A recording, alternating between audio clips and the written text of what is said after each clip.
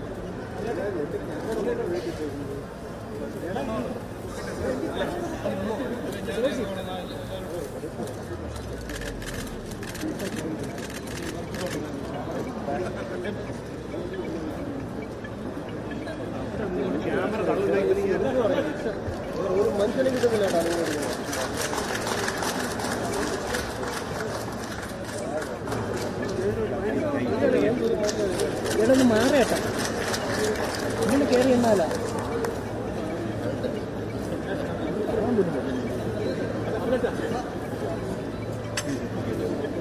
ചേട്ടാ ചേട്ടാ ചേട്ടാ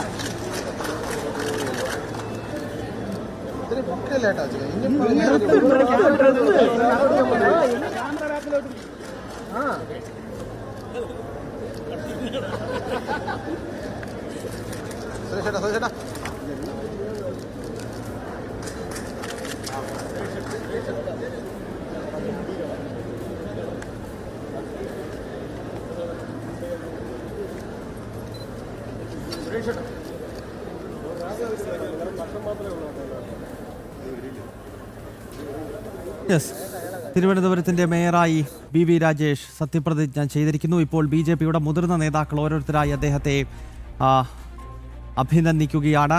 K. സോമൻ BJPയുടെ മുതിർന്ന നേതാവും സംസ്ഥാന ഉപാധ്യക്ഷനുമാണ്. ഇപ്പോൾ മാലയണിയിക്കുന്നു.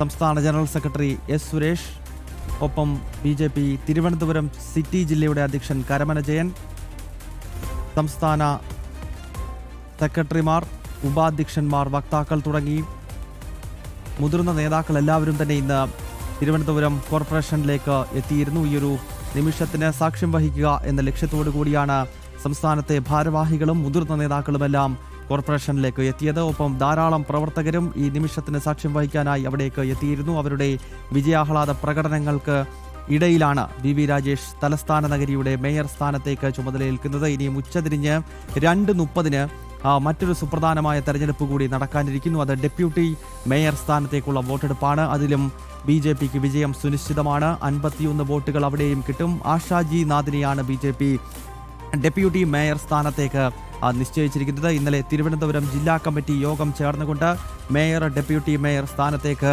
ആരെയൊക്കെ മത്സരിപ്പിക്കണമെന്ന നിർണായകമായ തീരുമാനമെടുത്തു. സംസ്ഥാന നേതൃത്വത്തിൻ്റെയും രാഷ്ട്രീയ സ്വയംസേവക സംഘത്തിൻ്റെയും എല്ലാം നിർദ്ദേശാനുസരണമാണ് തിരുവനന്തപുരം ജില്ലാ കമ്മിറ്റി അത്തരമൊരു തീരുമാനത്തിലേക്ക് എത്തുന്നത്.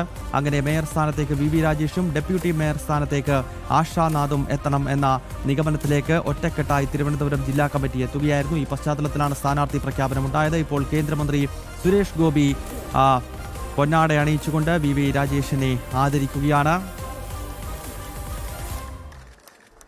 സംസ്ഥാന general secretary S Suresh, Thiruvananthapuram city ജില്ലയുടെ അധ്യക്ഷൻ കരമന ജയൻ, മുൻ സംസ്ഥാന സെക്രട്ടറി സി ശിവൻകുട്ടി തുടങ്ങി BJPയുടെ പ്രമുഖ നേതാക്കളെ ദൃശ്യങ്ങളിൽ കാണാൻ സാധിക്കുന്നുണ്ട്. കേന്ദ്രമന്ത്രി സുരേഷ് ഗോപി എത്തുന്ന ഘട്ടത്തിൽ അദ്ദേഹം പ്രധാനമന്ത്രി നരേന്ദ്രമോദി തലസ്ഥാനത്തേക്ക് അധികം വൈകാതെ എത്തും എന്ന സംബന്ധിച്ചുള്ള പ്രഖ്യാപനം കൂടി നടത്തിയിരുന്നു. ഈ തെരഞ്ഞെടുപ്പ് കാലത്ത് BJPയുടെ വാഗ്ദാനങ്ങളിലൊന്ന് കോർപ്പറേഷൻ ഭരണം പിടിക്കുകയാണെങ്കിൽ 46 ദിവസങ്ങൾക്കകം പ്രധാനമന്ത്രി നരേന്ദ്രമോദിയെ തലസ്ഥാനത്തേക്ക് എത്തിക്കുമെന്ന് സംബന്ധിച്ചുള്ള പ്രഖ്യാപനം സംസ്ഥാന അധ്യക്ഷൻ രാജീവ് ചന്ദ്രശേഖർ നടത്തിയിരുന്നു. ഇന്നിപ്പോൾ കേന്ദ്രമന്ത്രി സുരേഷ് ഗോപിയും അത് ഒരിക്കൽ കൂടി ശരിവയ്ക്കുകയാണ്. ദീപക്, അതോടൊപ്പം തന്നെ ശബരിനാഥ് അവരോട് പരിചയം വേണ്ടി ക്ഷണിക്കുകയാണ്.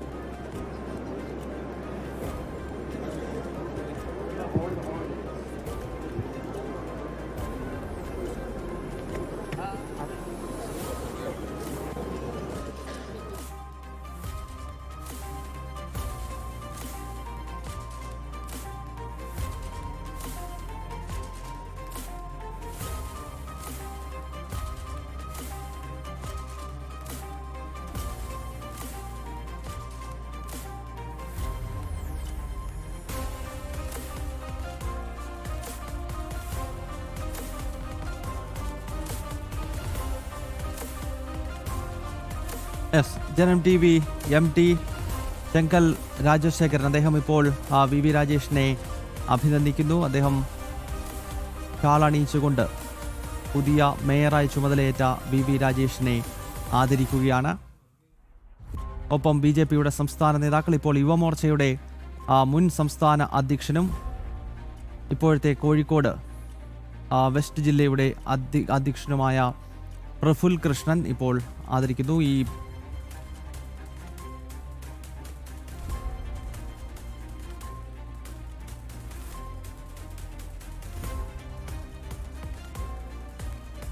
നടത്തി പൂർത്തീകരിക്കുന്നതിന് വേണ്ടിയിട്ടുള്ള പ്രവർത്തനങ്ങൾ ഭാവിയിൽ സംഘടിപ്പിക്കാൻ വേണ്ടിയിട്ട് കഴിയട്ടെ എന്ന് മാത്രം പറഞ്ഞുകൊണ്ട് പുതിയതായി തെരഞ്ഞെടുക്കപ്പെട്ട മേയറെ എല്ലാ വിധത്തിലും ആശംസിച്ചുകൊണ്ട് എൻ്റെ വാക്കുകൾ ഉപസംഹരിക്കുകയാണ്.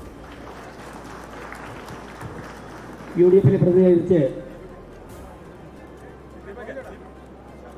പ്രിയപ്പെട്ട സുഹൃത്ത് മുൻ MLA council party leader Shri Sabarinath അദ്ദേഹത്തെ ക്ഷണിക്കുന്നു.